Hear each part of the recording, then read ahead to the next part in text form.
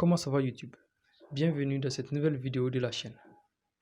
Dans cette vidéo, nous allons installer ensemble tous les outils nécessaires à la création d'applications Android.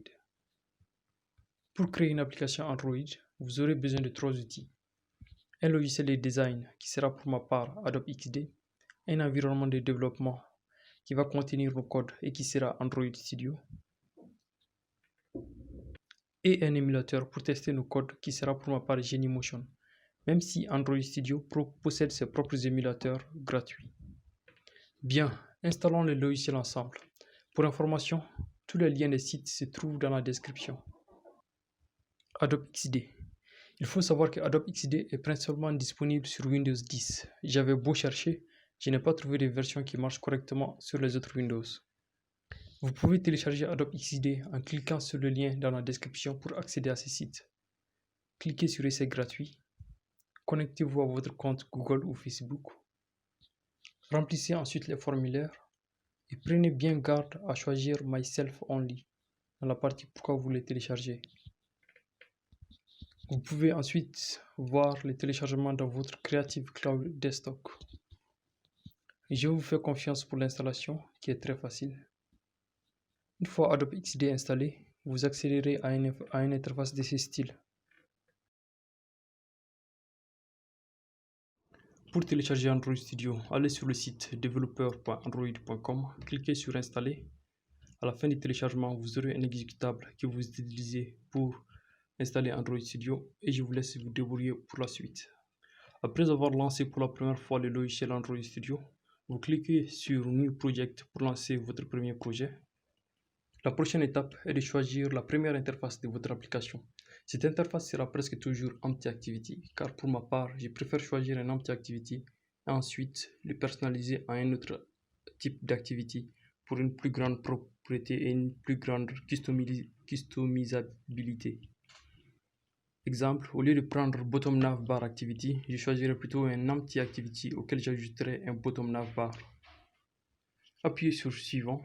Ensuite, dans la deuxième étape, vous mettez le nom de votre projet qui sera aussi le nom de l'application, même si ce nom pourra être changé plus tard. Ensuite, le nom du package. Je vous conseille comme nom, comme point, nom de votre société, point, nom du projet. Remarque importante, le nom du projet est généré de façon automatique et je vous déconseille vivement de la changer. Vous choisissez ensuite la version minimum d'API. La version minimum d'API décide quelle version d'API doit avoir un smartphone pour pouvoir lancer votre application. Si vous choisissez une version trop ancienne, beaucoup de smartphones pourront l'utiliser, mais vous ne disposerez pas de certains types de codes. Mais si vous choisissez une version trop récente, vous aurez plein de codes, mais peu de smartphones pourront l'utiliser. Je vous conseille de prendre la version 18 qui est pour moi un très bon compromis entre le nombre de smartphones compatibles et la fonctionnalité disponible pour le codage. Appuyez ensuite sur Finish pour créer le projet et patientez.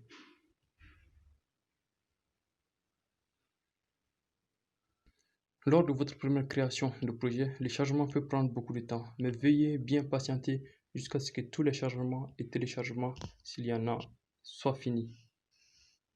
Une fois le chargement fini, tout est bon et on peut commencer à coder.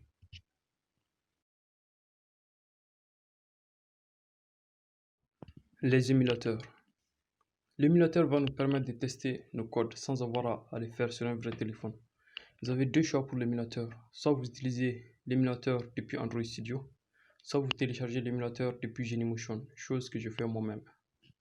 Je vais commencer par vous montrer comment installer l'émulateur Android Studio. Ensuite, je vous montrerai comment installer Genymotion.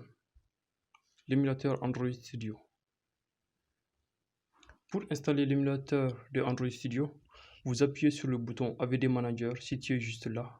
Ensuite, appuyez sur Créer un émulateur. Ici, vous aurez à choisir l'émulateur que vous voulez. Je vous conseille d'utiliser le Nexus 6, donc celui-là. Donc, sélectionnez-le, appuyez sur Suivant et ensuite choisissez ici Nougat. Vous aurez d'abord à le télécharger avant de pouvoir l'utiliser. Donc, téléchargez-le, ensuite sélectionnez-le, appuyez sur Suivant. Ici, vous pouvez changer le nom de l'émulateur. je mets officiel et appuyez sur terminer une fois que vous avez terminé de modifier vos paramètres. Votre émulateur Android Studio est installé, vous pouvez le sélectionner juste là et le lancer comme ceci. Après un moment, l'émulateur se lance et l'application créée par le projet se lance aussi automatiquement. L'émulateur Genymotion.